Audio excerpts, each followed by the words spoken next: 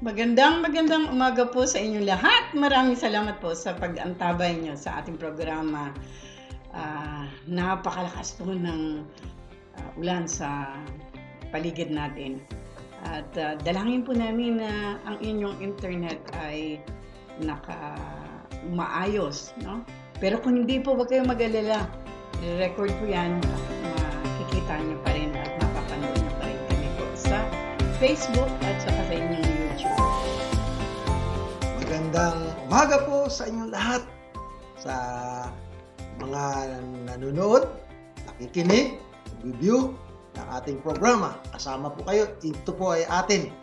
Ako po pala si Pastor Jonathan Antonio Christine Erato. Good morning!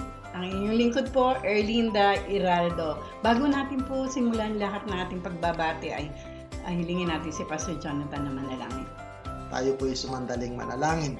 Dakila at aming Diyos, Ama na sa langit, sa inyo po yung aming papasalamat, our Father, sa umagang ito na binigyan niyo po kami uli ng pagkataon na maka-broadcast nito, na alam namin na malaking tulong ang maitutulong nito sa mga taong nangangailangan. Kaya nga po dalangin namin na maging maayos po yung aming airwaves, yung internet namin, yung kuryente namin, lahat-lahat po na makakatulong para ang broadcast nito ay maging maganda.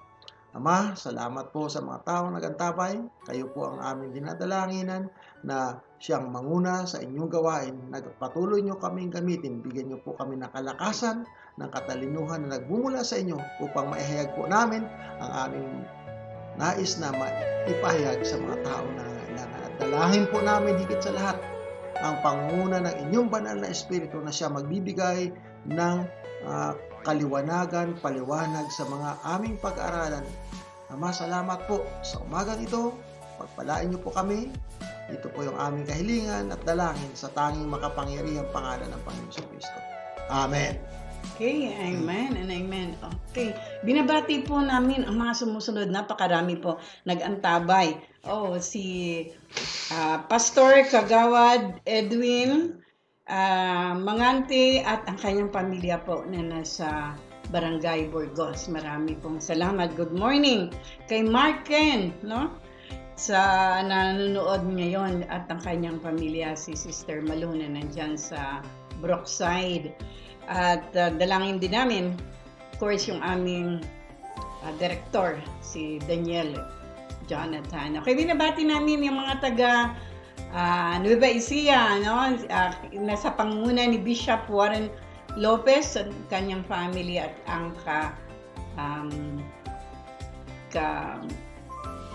lahat po na nandyan sa church. Okay. Kay Bray, kung ikaw ay nakikinig ngayon, alam ko na nanonood ka. Mga taga BSBT alumni, no? Nandoon sila Ma'am Marlene Baluyot, okay, at saka si ating butihing counselor, Honorable Pilian Wegan Alan. Okay, good morning. Darlene at ang kanyang pamilya po sa Balili Pentecostal Church, nasa Balili, La Trinidad. Mga taga Muscat, sina Michael and Karen Joy Pereira na nandyan. At ang mga kapatiran ko nandyan sa Muscat, Oman. Okay, binabati din namin si Aling SP Pahardo, sa Valenzuela po sila, at si Aling SP Palis na sa Araceli. Aling Sel nga at mas close doon po sa Quezon City. Si Pastor Atena Pomigas na Sambales po naman. Sina Pastor Kyusong Lee na sa Pampanga po. Good morning po, Pastor. Nice hearing from you. Okay. Si Pastor Fred Bongato. Okay, Pastor, good morning po, Pastor Fred. Nice hearing also from you. Okay. Alam po natin, ang ilan, if not everybody, struggles in life. Hindi po ba? It doesn't matter if you are dealing with cancer or illness or COVID-19, no? Losing your job, marital difficulties, children's problems, or simply having a bad day. We all struggle. Tingnan po natin ang mga termino na ito. Okay. Ang kahulugan ng balakid o hadlang o humahadlang o humaharang o sagabal sa isang gawain o plano, hakbang ng isang tao o mga grupo ng mga tao. Okay, ano yung sagabal? It's an obstacle. Mga balakid, sabi nga ni Pastor Kana na o humaharang sa gawain ng isang individual, kaya hindi niya ito magampanan o matapos. Okay? Harang. Maharang. Para bang talagang hindi ka makapenetrate. Kapag may harang, ito ay naglalarawan na sa bagay na hindi nagpapalusot ng isang tao sa gusto niyang puntahan o hindi siya makapasok.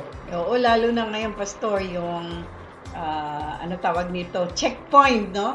Inaharang ang mga taong, lalo na po, pag nanggaling sa NCR, hindi mo na po makapasok sa Baguio City.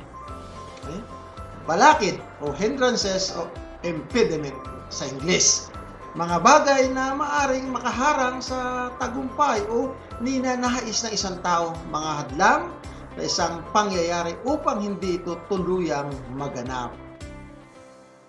What does overcome obstacle mean? Paano mo do? Anong ibig sabihin nito? We are dispraised all of the time and we are taught from early age that is important. However, we are not always taught what this means and why it actually matters. Overcoming obstacle means that you can work through a challenge in order to achieve a goal, no? Alam niyo ba yung marami pong kaparaanan kung paano maiwasan yung mga harang na ito? How do you overcome a major obstacle o yung pinakamatinding paghadlang sa'yo? In the meantime, take a look at the 5 strategies below that successful people have used to overcome physical and mental and financial obstacles. Number 1 po, napakalagay, don't give up. Walang atrasan. Panay ang kambyo ng sakyan mo, abante lagi. Don't make comparison. Huwag po natin i-kumpara yung ating sarili sa iba. Ang manatili po tayong pangatlo, positive. Stay positive. Napakahalaga po to upang yung goal mo ay maabot mo. 5, new solution for overcoming obstacles. Okay? Set goals. Napakahalaga po yung goals na ito. Okay. Pastor, naalala ko, may nakita po ako na alam nyo kung may obstacle dyan, anong gagawin? Mayroong isa, nakita yung nakaharang, kayang tatalunin niya. O kaya magle-left turn siya para ang harang na yan ay hindi niya madaanan. O kaya magra-right turn. Mayroon din tayong tinatawag na obstacle race. Bigla ko lang naalala, naisingit. Oo, anong ginagawa doon, Pastor, sa obstacle race? Talagang kailangan lampasan mo yung mga obstacle nyon para marating mo yung finish line na tinatawag natin. Okay, meron din ako, Pastor, naalala na halimbawa, nakaharang kung kaya mong gumapang sa ilalim, makadaan ka lang, gagawin natin. How do you overcome obstacle at work, yung sa trabaho? Fortunately, there are methods and strategies we can implement to overcome almost any obstacle. Okay, sabi nga kanina ni Pastor, remain positive. No? Kaya ko to. Anong man mangyari, kakayanin ko, dadaanan ko to ang mahirap. Number 2, i-admit when you need help. Kung kailangan ng tulong ng iba, gawin o hingi ng tulong. Kung wala naman sila magbibigay ng tulong, seek another help from other person. Look at the challenge from all sides, no? Hindi lang yung nakatuon ka, ito lang ang hirap. Lahat ng sides na ito, no? Left and right, front at back, tingnan na all sides nga ang sabi. Know when to delegate. Okay, kung kailangan ibigay sa iba, because you cannot do it, ma-delegate. Pwede po, no? Okay. Set small goals. Okay, at least po pag maliit, nakita mo yung improvement. Ang pangalawa po, job search challenges. Okay? Ang pampito po, new hard challenges. Okay, new hard. Okay. Challenges after receiving a promotion. Okay. Example of obstacles po sa financial. Okay, finances. A lack of financial resources. Okay. Paano? Poverty is a fundamental type of life. Sabi natin, mahirap ako. Paano natin makayanan ito? Isa po sa ginagawa natin sa mga estudyante po, sa ating mga youth, is to encourage ang kahirapan po, hindi hadlang. No? Hindi hadlang para maabot yung iyong pangarap sa buhay. Okay? Hindi din hadlang ito para makatapos ka ng iyong pag-aaral. Ano pa? Marami pong gagawin para lang, lalo na po dito sa Baguio City, if you finish your high school, dahil wala naman bayad pong high school, ang marami lang pong sabihin, maski na pong iba, nagugutom, hindi makapasok sa, uminom po ng tubig, makapasok lang. Okay? At marami pong, kung mahingi ng tulong, kailangan ng tulong, humingi po ng tulong sa ating mga ibang kasama. Okay, isa pa, ang university, ang Benguet State University, lahat ng university po na public universities o national university, wala pong bayad. Okay? Ang pangalawa, sa University of Baguio, sa St. Louis University, maraming university ito sa Baguio City na makakakuha ka po ng scholarship. Kaya wala pong hadlang, lalo na sa finances, no? Number 2 is time. Time is fixed. No, yung oras natin is fixed. Resource ito. Such as consumption of time can be an obstacle. Example, a student who has to take care of a sick relative at home may have less time for their studies or less time for their peers, no, yung kanilang mga kaibigan, kunti lang ang oras. Pero tingnan natin is, again, it's time management, no, kung paano natin ayusin ang mga obstacle na ito. Number 3 is health. Health problems can severely drain the time, energy, focus, and resources of individual. Okay, nandito pa po yung nagpapabati, si Aling Sel. Nandiyan na po siya, si Joshua Gerardo. Nandiyan si Hey, salamat po sa inyong pagsusubaybay. Ang pang-apat po ay tinatawag na resources.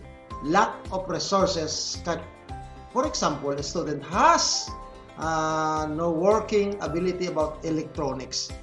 At when their school suddenly shifted to learn from home. O, napakahirap po yun. Wala kang kapanay-malay. Pag mayroon ka, luma pa yung iyong gadget, patay kang bata kake. Wala. Okay, talagang mainis ka. Hindi mo alam kung anong gagawin mo. Number 5 po, stability. The lack of social or economic stability. For example, a child who has a strong emotional disruption due to the divorce of parents. Kaya po nakakalungkot ka. Ang pang-anim po yung society. Problems fitting into the system and institution of the society. For example, ito po yung magandang halimbawa, a lack of citizenship in a certain country. O yung residency mo, nandoon ka, ang buhay mo po ay magkakaroon ng tinatawag na you will face a great instability and a lack of rights such as access to the healthcare system of that country which you are presently residing. Okay. Number 7 po, cultural capital, no? Cultural is the ability to socialize and influence in context of a culture. For example po, ito ay yung exchange students, no? Halimbawa, Pilipino ka, pupunta sa Japan, it's really difficult to relate in language barrier, no? Mayroon talaga mahirap.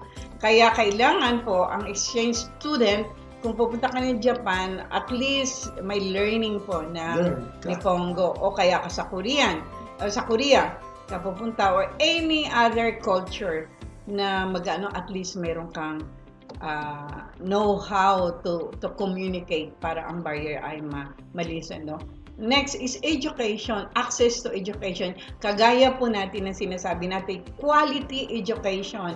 No, halimbawa, nanggaling ka sa public school na hindi talaga ganun ka standard ang education, then pupunta ka ng private, medyo mayroon barriers, no?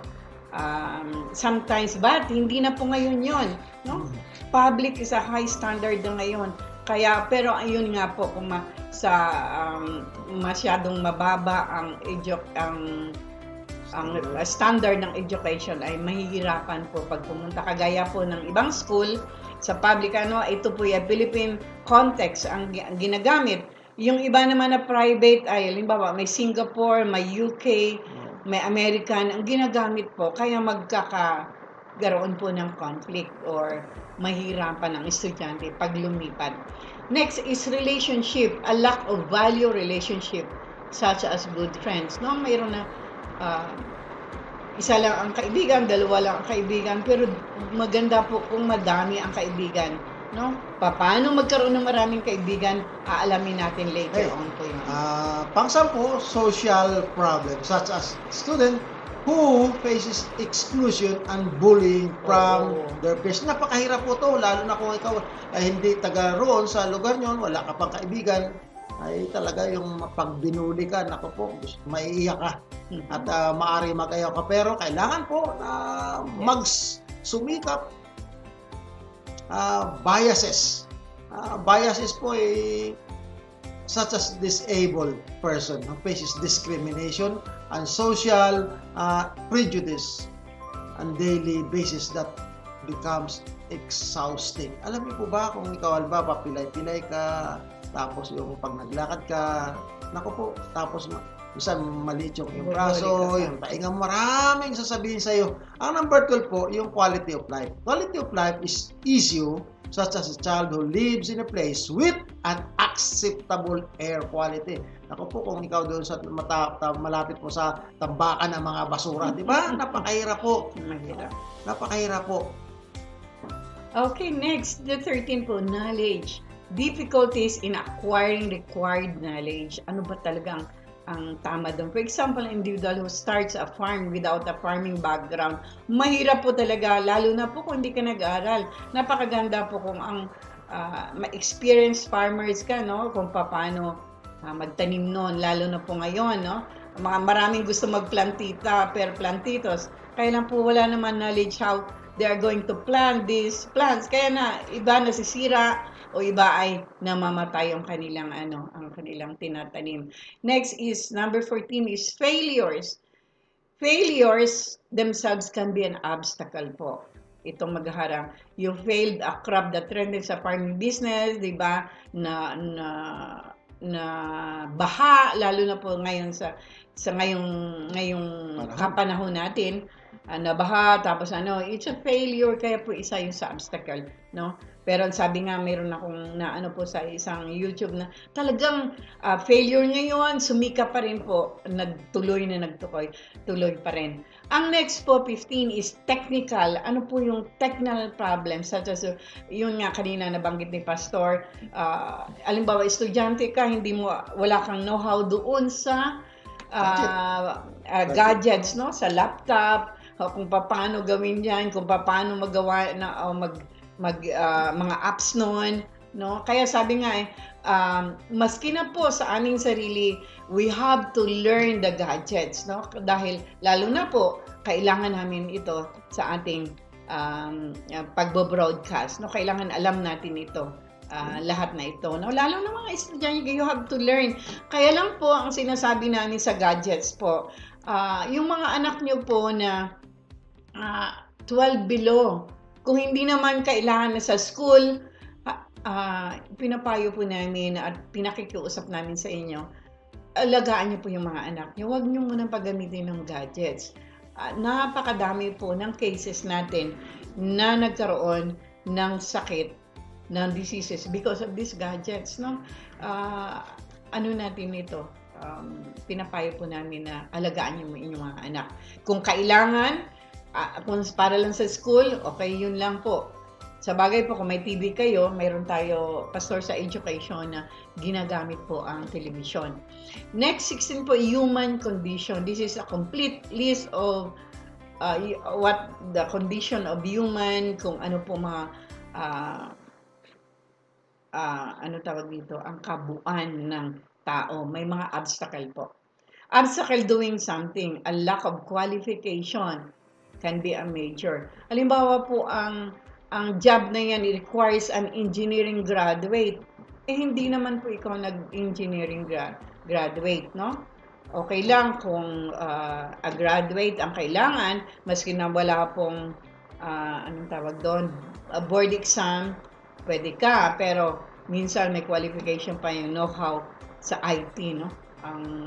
Hindi lang engineering graduate, kailangan IT know-how ka pa, okay? Next is obstacle to something, a huge distance involved, no? Yung communication po. Halimbawa, nasa ibang bansa, ikaw nandito, it's really an obstacle. Lalo na kung ang internet nyo ay mahina, no? Isa yung sa obstacle, no? Okay, number 19 po, lack of money. The financial has proved an almost insurmountable obstacle. Basta't pag pera po, pag-usapan, napakahirap po. Lalo na kung kailangan nyo ito. Kaya, paghandaan. Yes. To understand, the obstacle comes in 3 different flavors. So,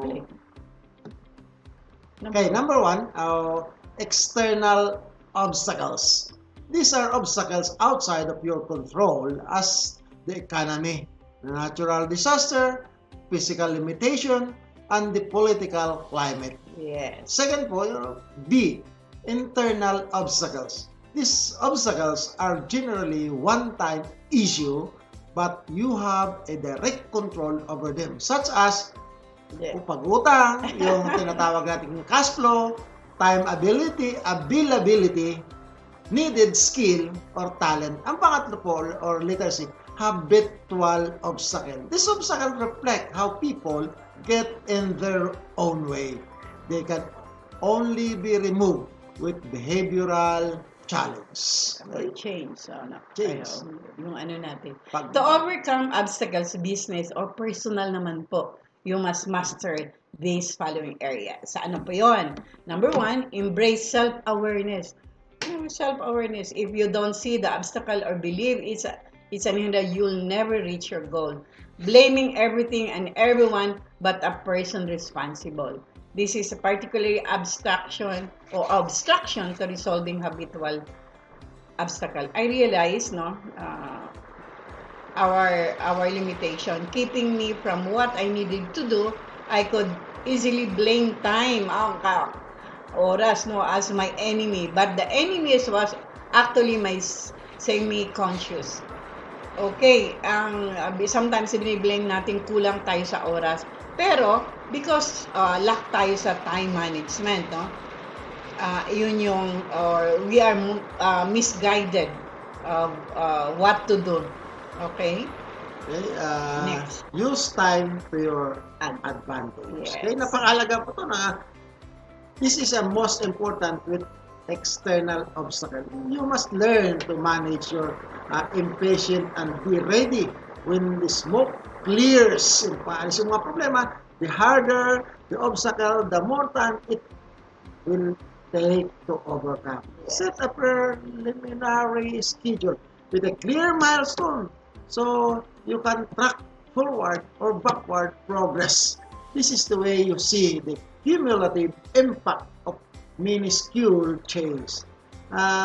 This helped me manage the weight that I could see reduction in my calories, intake or changes in how my clothing fit by comparing week to week. Once I saw small progress, I was encouraged to put in more effort. With this time comes a momentum. And the momentum is the best way to bust through these big obstacles. Yeah. Next is commit, focus, discipline. It is easy to get distracted with the present. Business people are just that busy talaga po. There's always a fire to put out a new critical opportunity to distract you. True discipline is about making yourself emotionally commit time and effort to your benefit regardless of external factors. Maski na po bumabagyo, kailangan po ma-meet nyo yung time na yun. You have to do it. No, kaya ang problema lang po, pag malamig na, ang hirap bumangon. I knew I had to make myself accountable for my action. with what the great him, ang sabi nga ni great Holmes called pig-headed discipline. Anong ibig sabihin, no? Clear out every distraction and vowed to add nothing new to my plate until I made progress. No? Make the obstacle the number one priority and focus on it every day until it's gone, hanggang mawala yung obstacle na yon. Naalala namin during the time na palagi kami lecture among the 22 high school in Baguio City. Kailangan po, pag sinabing 7:30, nandun na po kami mga 6:45. Kailangan po natin before the time, schedule time. Kaya napaka how we manage our time. Kasi ang time, sabihin natin, we blame them, dahil na-late tayo. And then, ngayon pa ho, dito sa Baguio, more napakadami na po ng sasakyan. Ibe-blame na naman natin ang traffic, no? So, what we are going to do is to manage our time. Alam natin ma-traffic, we have to go early. Okay? Number 4 po, engage your own creativity. Napakahalaga po to. Take to create rhythm in your life or in my life so I can freely engage creative part of my brain for problem solving. Yes. Nako po, there is no better place to apply expansive thinking than on issues holding you back. Gave deliberate thought to what I wanted to accomplish on my trip to Asia. Halimbawa, pupunta po Asia. And set a plan. May plano po talaga by integrating a daily run with 30 minutes. Kailangan po gawin natin to. 30 minutes audio language lessons. Okay? And was able to accomplish both tasks doing this in Vietnam. Gave me the added help of being immersed in a daily speech and using the heat and humidity to sweat of extra pound by the end of the trip. Diba? Kailangan yan. Lalo na ngayon pag mainit yung lugar na punta. Hindi kasi pare-pareho. And push myself to give 1 hour a daily for both tasks while only using 1 hour per day. I also now count all my stretching. Okay?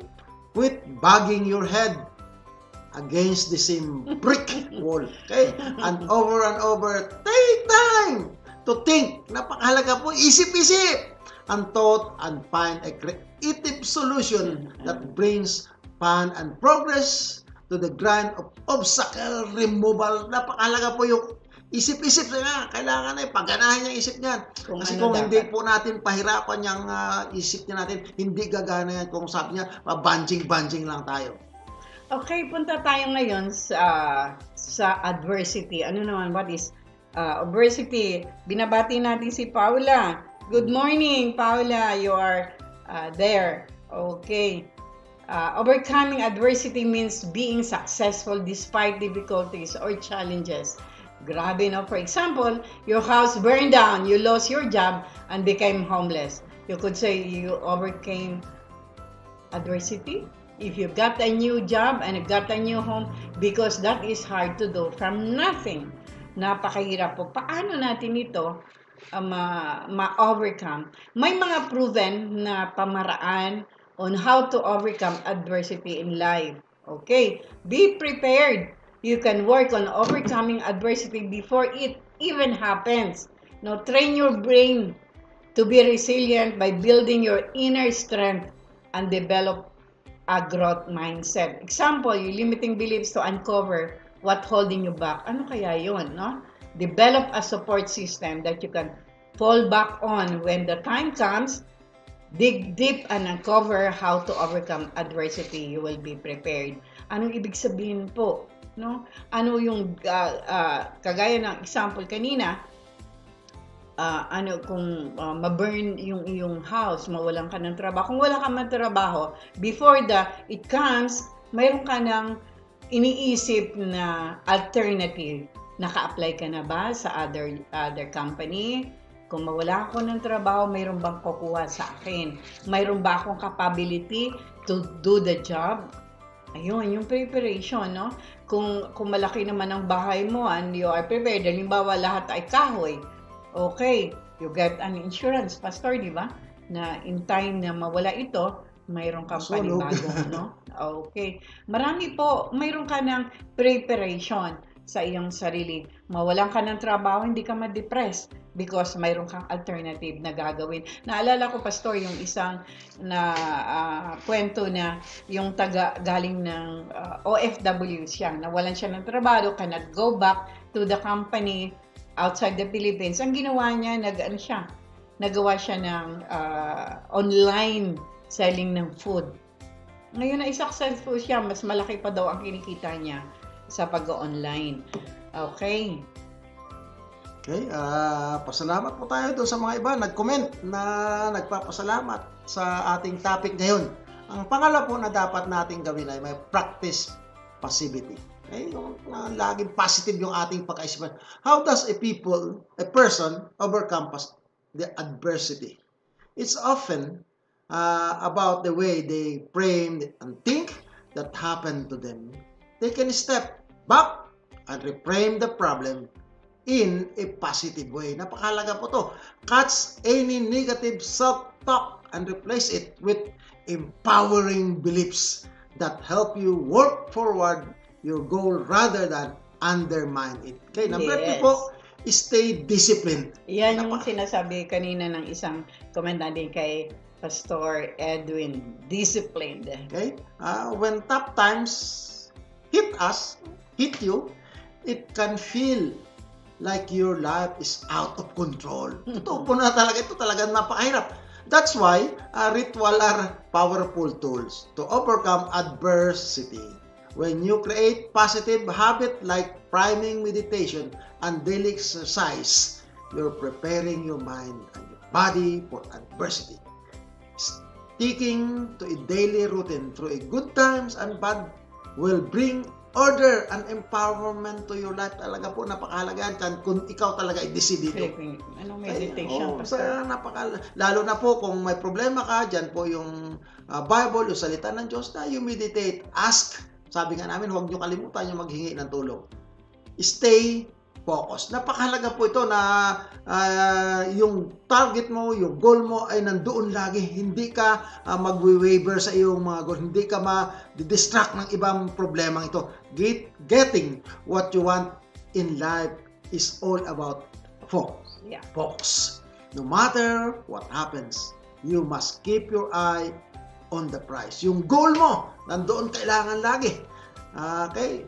Remember why you wanted your goal. It's your purpose, your passion, your reason for living. Yeah. Visualize yung buhay mo when you achieve your dreams. Diba? Magiging ganito ako, ito yung aking bahay, ito yung aking sakyan. Kaya stay focused on your ultimate goal. No matter what. Yes. There's no room for self-pity. Walang yung sabi pag-aawa sa sarili. Pag-aawa sa kawawa naman ako. Walang ganun. No time for negativity. When you're learning how to overcome adversity, talagang nandoon po yung goal. Kahit ano, nakita niyo po ba yung kabayo? Kahit maraming sakyan sa katabi niya, dahil po yung kanyang mata ay nakatakip, ang may hawak lang yung mamang kotsero na magririnda sa kanya. Yeah. O hindi po siya takot, mabilis man ang masakyan, halos katabi niya na hindi po, pagkat ang goal niya ay nakatakip sa tagiliran. Yung goal niya, wala siyang ibang mga magagawa, basta ang makapokus siya, yung kotsero nakatingin doon sa kanyang daanan. Okay, next, number 5 po, find a lesson. Ano bang ang natutunan ko dito? Realizing that life happens for you, not to you, is a key to overcome adversity. No? Overcoming adversity. Every event in your life can teach you something. Ano bang lesson ang makuha ko to? Bakit hindi ko nagawa yung aking goal? Those who are able to find a lesson will really succeed. For sure po yun. Those who blame their circumstances on others will fail. Take responsibility. Evaluate what happened and why. Now, determine how you can prevent it from happening in the future. Kailangan po nakafocus tayo. Ano ba ang nangyari? Bakit nawala ako sa focus? Then move on. No? As Steve Jobs said, when it comes to mistake, it's best to admit them quickly and get on improving your own innovation. Napakahirap po sa isang tao ma-blame ka agad, kasalanan ko to. Pero puro yun po pala ang dapat, no? I-admit natin kasalanan natin and kailangan natin ng tulong, or we'll say make another left turn or right turn para makafocus po tayo doon sa goal na na-set natin. Sabi nga if you like to be a teacher, ngayon pa lang po, high school ka pa lang, kailangan kung may face-to-face na, ma-practice mo yung tatayo ka sa harap, pag tinawag ng teacher, tatayo, at kung gusto mo, nasa blackboard ka. Kasi mayroon na yung training, no, Pastor? May training na at mayroon ng ikaw na goal. Pagdating mo sa college, you have to enroll, hindi sa engineering po. You have to enroll sa education. No, Pastor? Work on your skills. Number 6. May skills ka, work on it. Ano ba ang kailangan ko? Kailangan po sa gadgets, kailangan nyo po sa, anong tawag nito, sa laptop. Kailangan nyo po mag-type. Work on it. Tingnan mo kung paano ang maging mag-type, no? Especially kung kailangan mo ang mag-download, mag-load ng program doon. Okay? The greatest leaders and most successful people know that there's always room for improvement. Totoo po yun, no? Ngayon, kailangan mo, sabi ko nga, kung ang goal mo ay 85 sa iyong grade, pero medyo mababa ka sa 85, make more, ibig sabihin, effort to study, Pastor, no? If you are not growing, you are dying na, sabi nga ng isang ating isang nagsabi. Overcoming adversity is about taking an honest look at your own knowledge and skills and working to improve them. Mayroon po improvement every day, every hour kung kailangan po na gawin. Okay? If you cannot speak, try to read and read, no? I remember yung isang kaibigan namin po mula sa ibang bansa at hindi po siya marunong mag-English. Ang ginawa niya po, he read the Bible, no? And doon po siya nag-improve ng kanyang English speaking. Okay. Okay, number 7 po, get inspired. Napakalaga po yung tinatawag na ma-inspired ka, inspiration ka. To answer the question, how do people overcome adversity? Go to the source kung saan po siya nagmula. Read biographies of people who have achieved what you wanted in life, from Orpa Winfrey to Bill Gates. There's no shortage of real life examples of overcoming adversity. Need a quick pick me up, find an inspirational quote o quotes to post your mirror or in the fridge. Ilagay niyo po doon sa para pag may mga quotation po nito, sa refrigerator o sa salamin, pag you combing your hair, pag tingnan mo ka, ma-encourage ka. Yes. Okay? Proactive. Feed your mind and your change your entire set. Okay? Kasi pag lagi ito nasasabi mo sa sarili mo, na sabi mo, kaya ko to, makakaya mo po. Pero pag sinabi mo, hindi ko kaya, wala po, manlulupay-pay tayo. Number 8 po, elevate your peer group. Napakalaga po to kasi kung looking to success stories can help you learn how to overcome adversity. But you must also look at those around you. Kaya napakalaga po to kasi kung yung mga kasama po nakaikot sa iyo yung laging may negative thinking o lagi hindi mo kaya yan, hindi ka ipupus pataas, nako, iwanan niyo po. Humanap po kayo ng mga taong masasabi, kaya mo yan, pare, kaya mo yan. Kaya ito po isang sabi ng isang tao, yung pangalan niya po ay si Tony. The quality of person's life is most often a direct reflection of expectation of their peer group.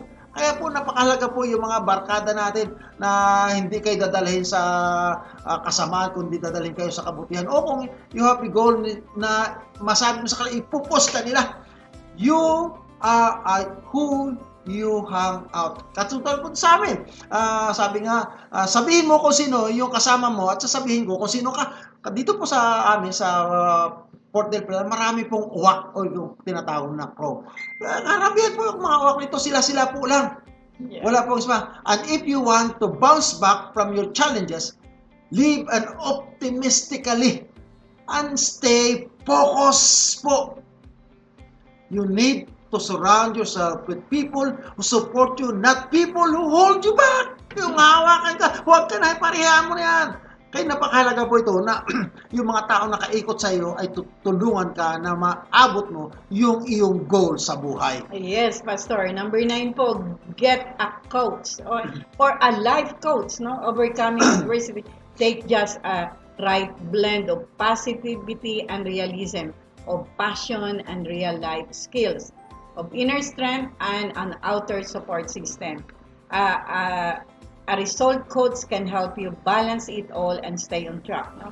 May mga, yan pong ginagawa natin ngayon, may mga life coaches na you could get one and make a wise decision by their help. No? Mayroon silang mga wise advices and you could make a wise decision. Number 10 po, para na ma-overcome yung adversity, don't give up. Talaga po napakahalaga to kasi pag nag-give up ka, sabi mo, ay failure na ako. Lagi may itatanim yan sa iyong isipan, sa iyong utak, ay failure na ako, hindi ko kaya. Persistent overshadows even talent as the most valuable source of shaping the quality of life. Napakahalaga to. Ito po sabi ulit nitong mama na ito na si Tony. Surfer Mick Fanning get back on his board 6 days after a shark attack him. Ako hindi po naging dahilan to para hindi na siya mag-surf. Kaya nagpatuloy siya. Kaya sabi po ni Stephen King, a classic novel carry, was rejected 30 times. Tingnan nyo, 30. And Thomas Edison tried 1,000 of methods before making a successful light bulb na mayroon tayo at the present. Saying, I have not failed. I have just found 10,000 ways that won't work. Okay? That's a perfect way to sum up how to overcome adversity. Napakahalaga po. Minsan sabi niya, may kulang lang ako doon sa akin na, pero hindi ako dapat back out. Kailangan tuloy-tuloy yung aking gagawin. Para alam niyo po, may mga successful na tao, hindi lang po one time sila sabi nga ako nag-fail. Pero ang alam nila, mayroong kaparaanan to gain success sa kanilang goal. Yes. Oo. Naalala ko, Pastor, yung ating ngayong nanalo ng gold. Okay. Sige, si Diaz, Hedelin Diaz. Hindi lang po siya, imagine niyo po, 1 year po wala siya sa kanyang mga dahil 2 years siya, okay. Dahil nagpa-practice po, na-failed niya po, minsan 2 bag lang, hindi niya na makaya dahil sa exhaustion, pero continues to go and until nakuha niya po ang gold natin. Okay, how to drive in uncertain times. Ito yung ating huling talakayan. We are living in a challenging and uncertain times. Totoo po yan, Even our best and brightest leader will be challenged throughout the journey. Instability, global virus, itong nangyayari sa atin, economic meltdown. Napakahirap po. And there is an upside amongst the chaos, the opportunity to step up and develop even greater, deeper leadership capabilities will take you beyond the current crisis. Ano pong gagawin natin? Some helps po. Number 1, embrace uncertainty. Ito na yun. Uncertain ang buhay natin. Okay? Kaya mayroon mga nagawa ng paraan, magkaroon ng pagbabakuna, maintaining a sense of calm and control in the face of uncertainty is never easy. No? Sabi natin, may mga problema po na gusto mong at ease ka, pero it's not so easy. So leadership requires courage, agility and ability to continuously predict what lies behind, ahead lies ahead. Kung ano mangyayari in 2 to 3 years or 5 years ano mangyayari sa Pilipinas. The loss of control will affect many leaders as a decision maker becomes increasingly difficult in the light of unknown. Okay, pag nakita natin, pero bigyan natin ng liwanag yun, no? At alam ko, overcome natin. Ito, the finances, the national finances natin, individual finances, magagawan po natin ng paraan ito. Pangalawa po, ang ginagawa natin yung short-term plans and goals. Napakahalaga po ito. Kung planong ito po yung magpupo sa inyo sa next plano ulit.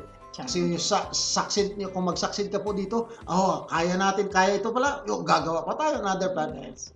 Okay? Review your plans weekly. Napakahalaga po kasi kung hindi mo po ma-review, baka po may miss out kayo. Yes. And adjust them regularly, adapt to the changing trend. Napakahalaga po ito na kung may pagbabago, kailangan magbilis ka din mag-adapt. Katulad po nga nangyari sa atin ngayon, di ba? Walang bihira establishment na bukas. Anong gagawin mo? Ano ba gagawin mo? Mag-stay at home ka lang? Wala ka bang gawin? Magtitingala ka sa langit? Okay? Gumawa ka, mag-isip ka ng kaparanan. Tingnan mo kung ano yung movement ng ibang tao. Okay? Yung pag mahina sa baligid ng bakit, kailangan magsikap ka. Nakita mo yung ng pagbubukas ng ibang negosyo na mabilis mag-pick up. Paano? Pumasok ka rin doon habang malakas pa pick up. Katulad ng mga delivery ngayon. Ang dami nagde-deliver. Yes. Yung iba nga, nag-improve na sila ng unang motorcycle. Ngayon po, hindi na. Van na malalaki, truck. Kaya kailangan po yung ating isip, magbilis din ang ating pag-iisip natin. Sabi niya, challenges and threats along the journey to a more successful and sustainable business. Napakahalaga po yan. Alam niyo po ba na ngayong pandemic, maraming yumaman? Okay? Dahil po sa kanilang, sabi nga, maliit lang ang abilidad, pero napalaki po nila. Okay? Yes. Next po, information is gold. Continually obtain the best quality data to predict what lies ahead and make informed short-term and long-term decision. Don't expect or wait for perfection. Yun ang sinasabi kanina ni Pastor, no? Mawawala na to, maghintay ka na lang. No, you have to think kung ano po yung skills mo, gamitin po, no? Gamitin nyo sa kapanahunan ngayon at anong gagawin. Naalala ko po, Pastor, yung kagaya niyan, yung education, hindi pwedeng face-to-face. So what the DepEd think of the plans is magkaroon ng module.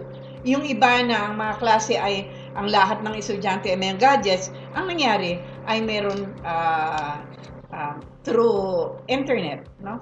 Webinar or Zoom. Lang yun. Ang lakas po ng tutorial ngayon. Isipin niyo po, ang lakas. Kumita yung mga nag-tutor. Okay?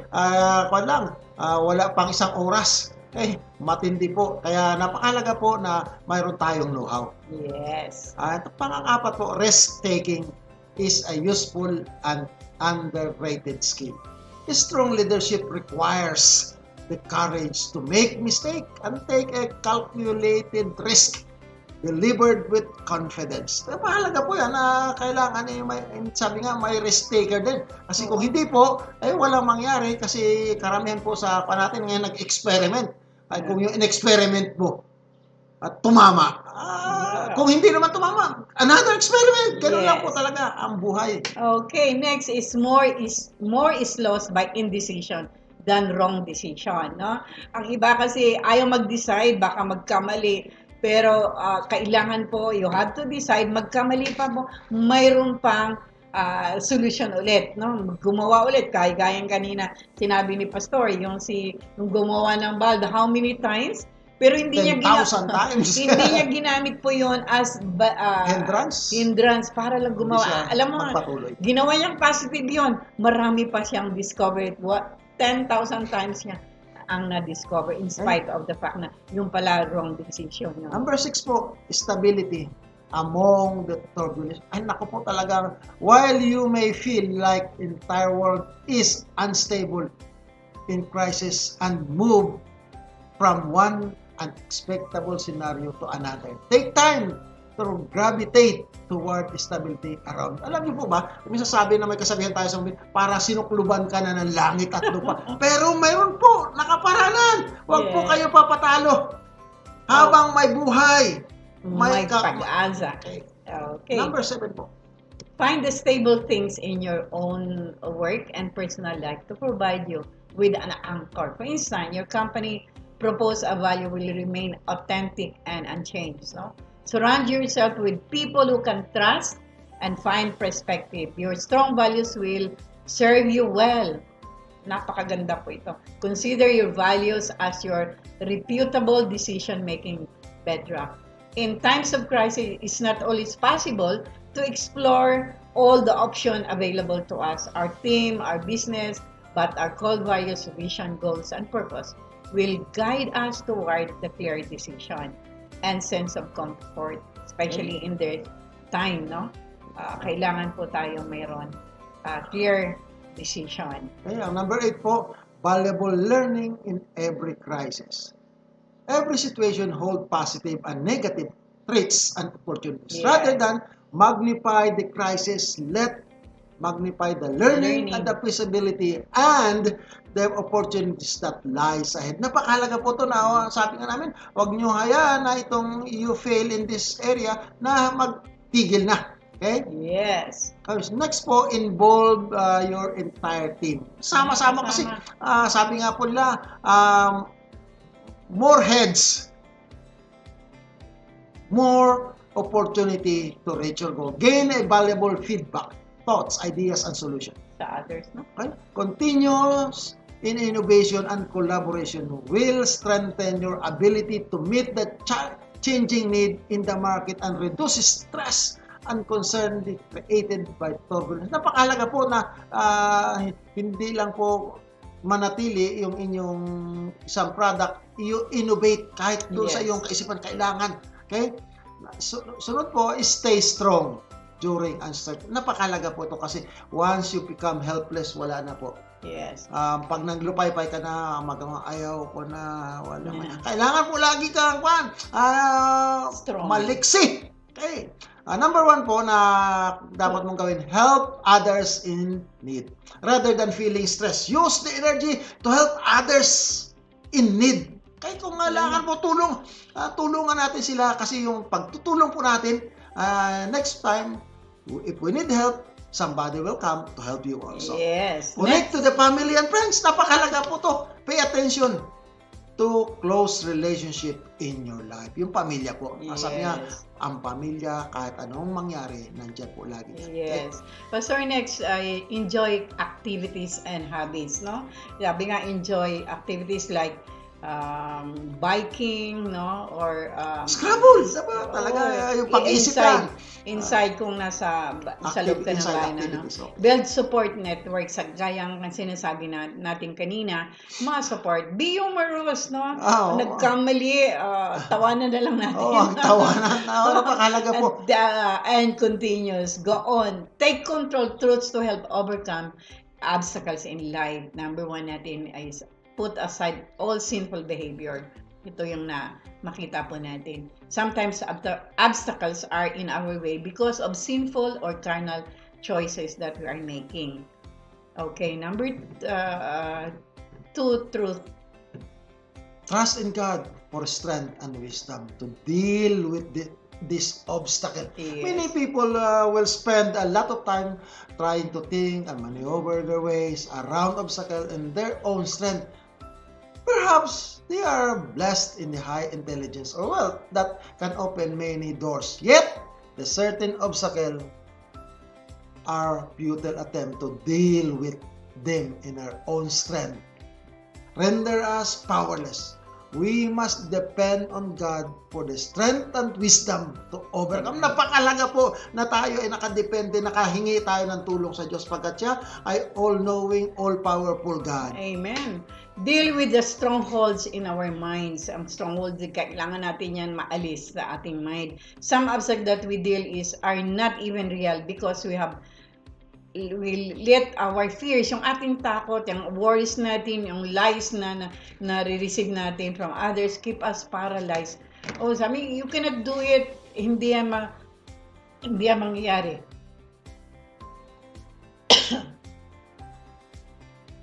Number 4 po, yung katotohanan. Know that nothing is too hard for God. Yun po ang katotohanan, ang isang katotohanan.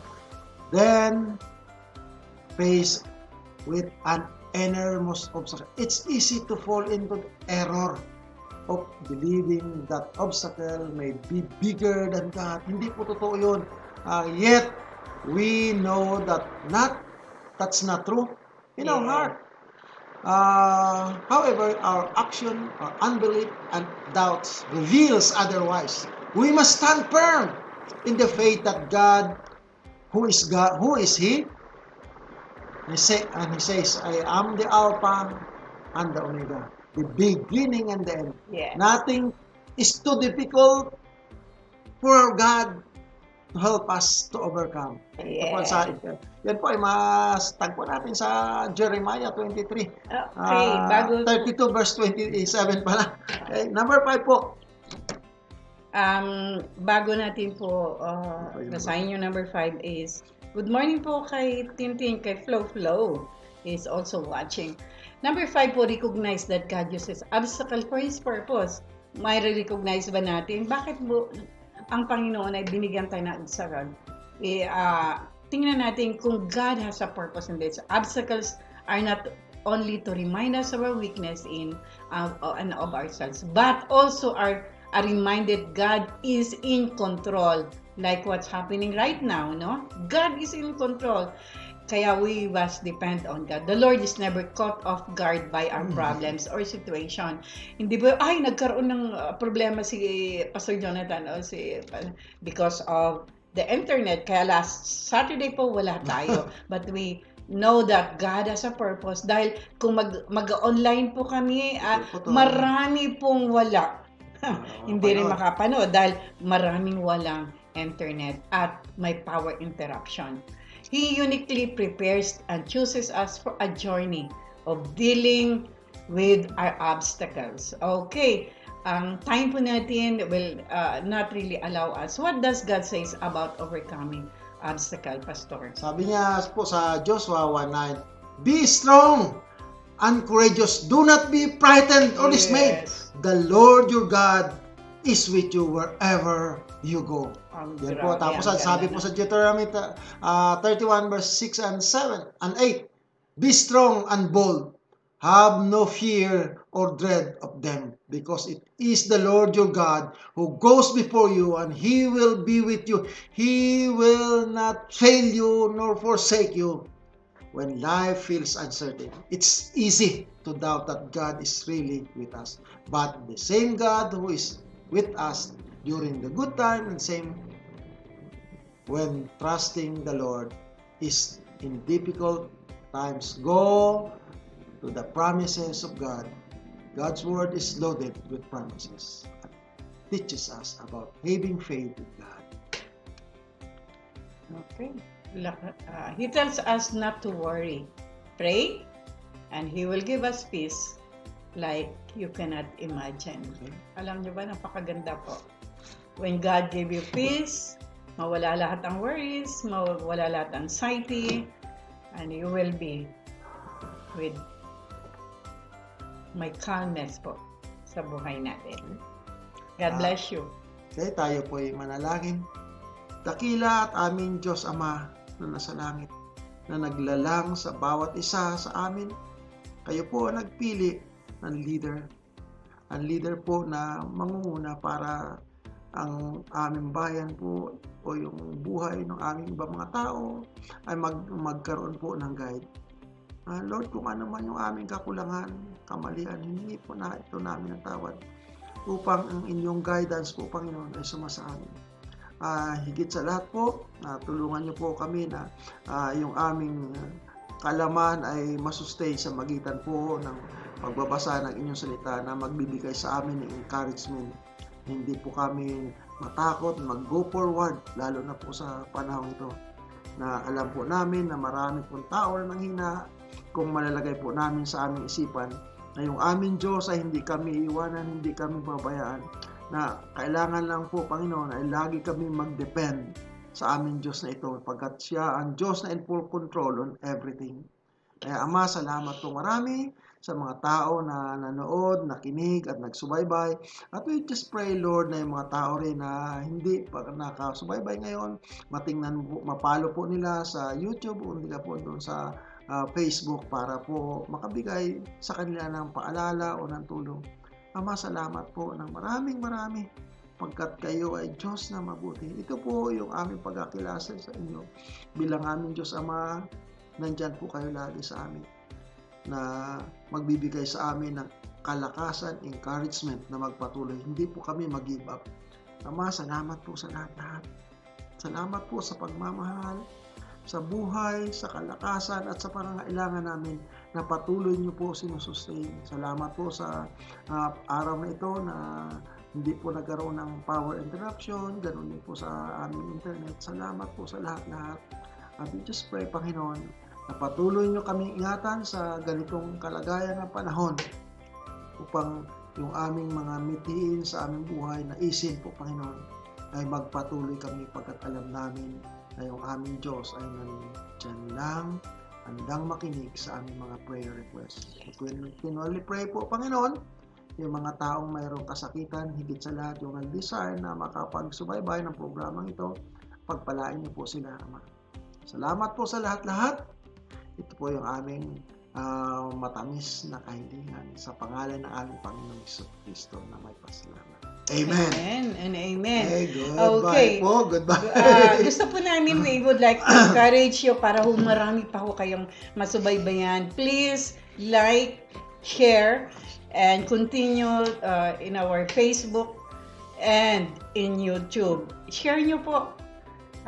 Napakaganda. Subscribe po sa YouTube, ha? Maraming salamat. The Lord bless you. Next Wednesday po, subaybayan nyo po ang ating napakagandang topic on leadership, the influencer, yung mga sa leadership natin. Please, subaybayan nyo po ito. Bye-bye. God bless. Bye, God bless. God everybody. bless. God bless po.